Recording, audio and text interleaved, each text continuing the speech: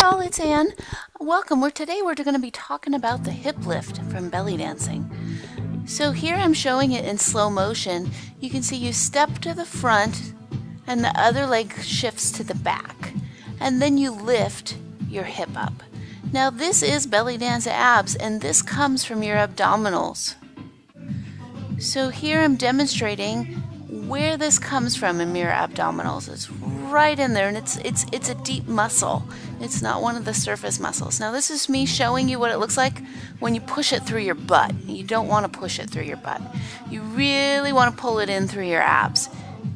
Yeah, not the butt. Unattractive with the butt. There we go. Abs. And this is me demonstrating the hip lifts from the routine.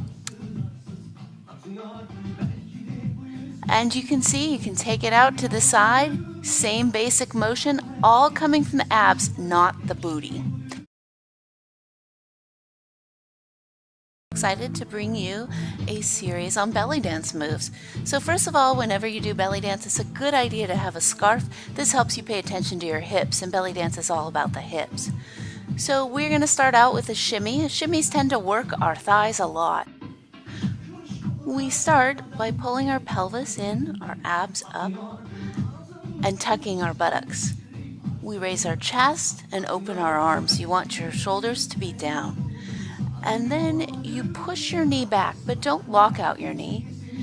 You push your knee back, creating a bounce in your booty, which we call a shimmy.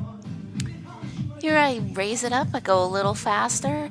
The knees just are smaller, and remember not to lock out those knees. You take a slight bend, this will create the burn in your thighs.